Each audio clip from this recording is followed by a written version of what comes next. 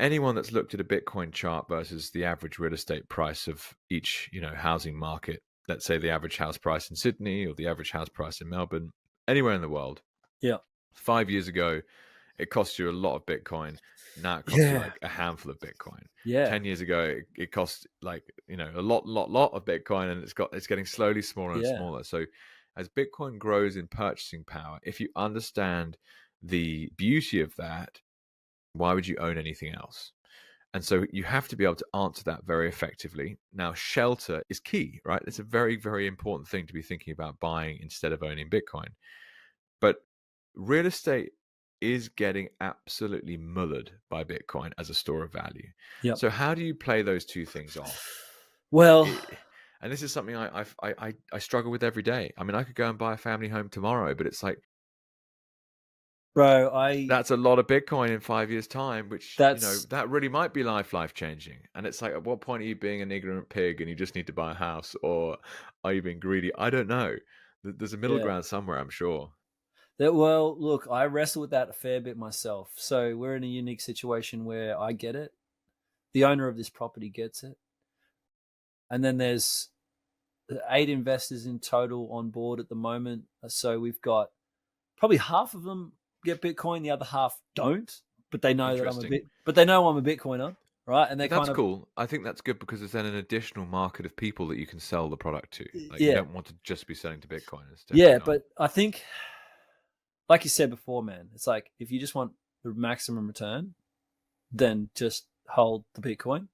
It's a really tricky one, man. And this is where it's like, Jeff Booth comes to mind, and just trying to bend the brain into understanding. Even as a Bitcoiner, I'm still very much measuring. I'm an engineer as well. I'm still measuring so much in fiat. Like everything is Yeah. still measured in fiat.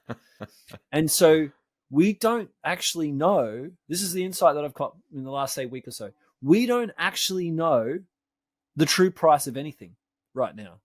We don't know the true price of anything because when we measure in Bitcoin, prices are free falling. When we measure in fiat, they're going exponential. So we don't know where it's going to land. We don't know how, like as Jeff Booth says, prices fall to the marginal cost of production. So we don't truly know what that marginal cost of production is because everything's so distorted. So, it is an interesting one. Like, it's funny because the owner of the property gets it, and he knows that the longer this takes, the less Bitcoin he's going to be able to buy. Right. And so it's like, oh, wow, if we price the property in Bitcoin, okay, so it's like 20 Bitcoin today. It might be 10 Bitcoin in a few years, or even 5, or even 4, 3, 2, 1 Bitcoin. I'm like, could I offer him 1 Bitcoin now? Like, probably not. But so it's like, yeah, it's this. We're sort of in this transition. We have both things as the measuring stick, and to reconcile that, I've just like, look, if you want the returns, just do Bitcoin. If you want to actually plug into something on the land with people, know that even if you're not living here, there's a crew here. You can come here. There's food here. When you are ready to get on land, you're not starting from scratch. There's all of those aspects.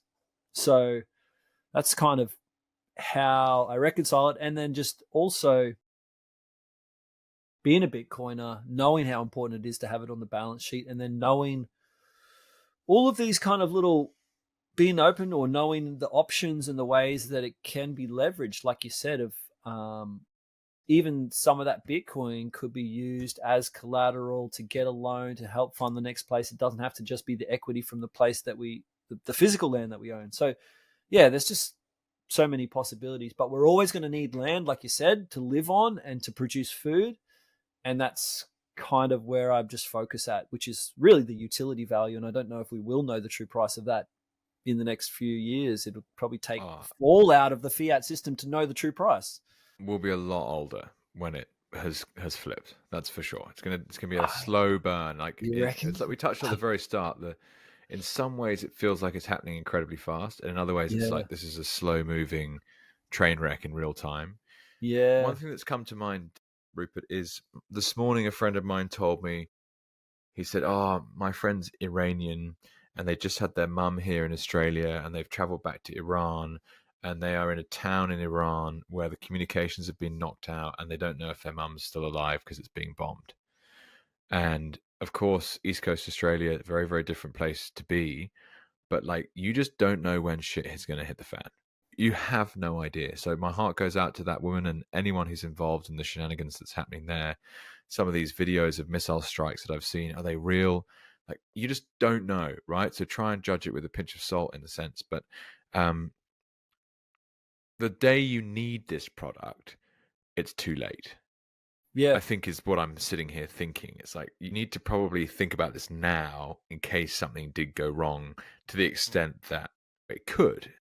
Some of the investors or customers that you've had come to you thus far, are they thinking that, you mentioned this already, like that doomsday scenario?